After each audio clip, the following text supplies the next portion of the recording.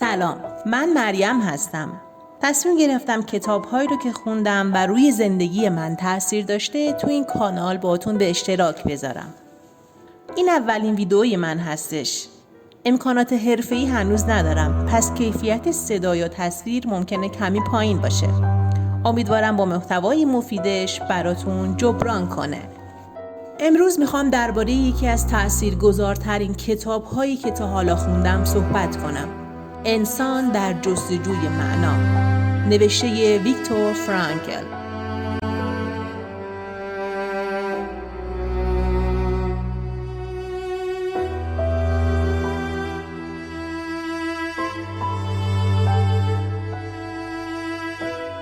این کتاب فقط یه خاطره از دوران سخت اردوگاه‌های مرگ نازی‌ها نیست، بلکه راهی برای پیدا کردن معنا در زندگی، حتی وقتی همه چیز از بین رفته. بیاین با هم چند تا از مهمترین درس‌های این کتاب رو مرور کنیم. بخش اول، تجربه در اردوگاه. ویکتور خودش سالها در اردوگاه‌های مرگ زندانی بود. اونجا همه چیز از آدم گرفته میشد. لباس، غذا، آزادی، خانواده. ولی چیزی که هیچ وقت نمیتونستن ازش بگیرن انتخاب نگرش و فکر انسان بود. اون میدید بعضی از زندانی ها تسلیم میشن و امیدشون رو از دست میدند، اما بعضی دیگه با وجود رنج بسیار هنوز امید داشتن.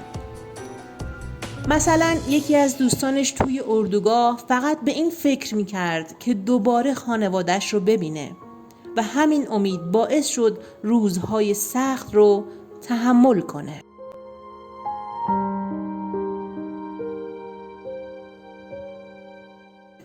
بخش دوم، معنا در رنج.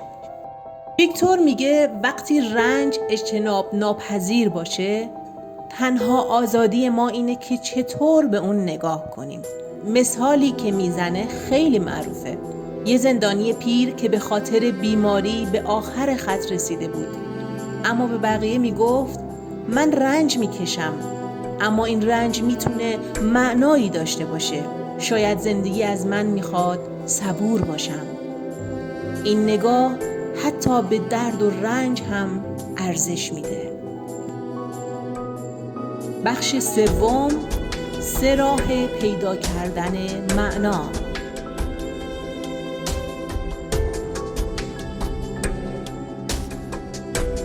نویسنده 3 راه اصلی معرفی میکنه. 1. کار و خلاقیت، یعنی خلق چیزی ارزشمند. حتی اگه شرایط سخت باشه میتونیم با یک کار کوچیک به زندگی معنا بدیم. مثلا نویسنده‌ای که توی ذهنش هنوز کتاب نوشت، حتی اگر قلمی در دست نداشت. 2. عشق و ارتباط با دیگران.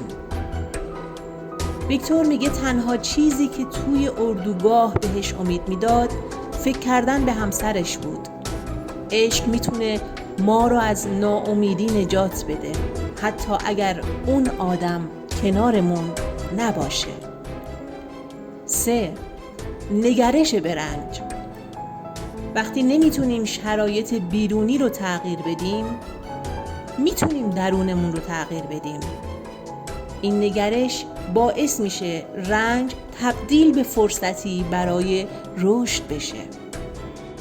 بخش 4، زندگی از ما سوال میپرسه. خیلی وقتها ما از زندگی میپرسیم معنی زندگی چیه؟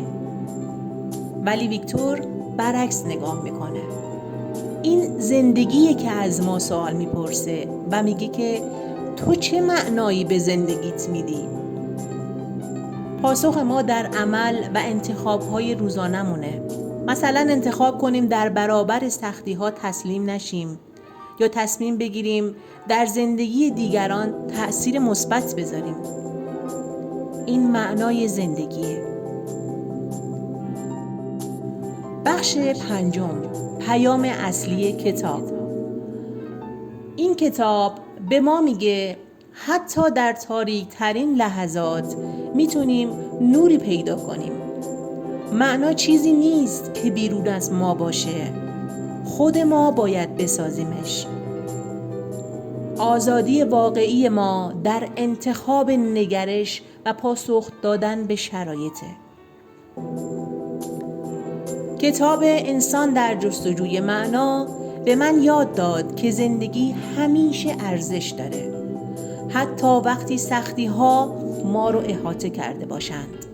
حالا من از شما میپرسم، شما معنای زندگی رو در چی پیدا میکنید؟ لطفاً کامنتتون رو با من به اشتراک بگذارید و معنای زندگیتون رو به دوستانتون ارائه بدین.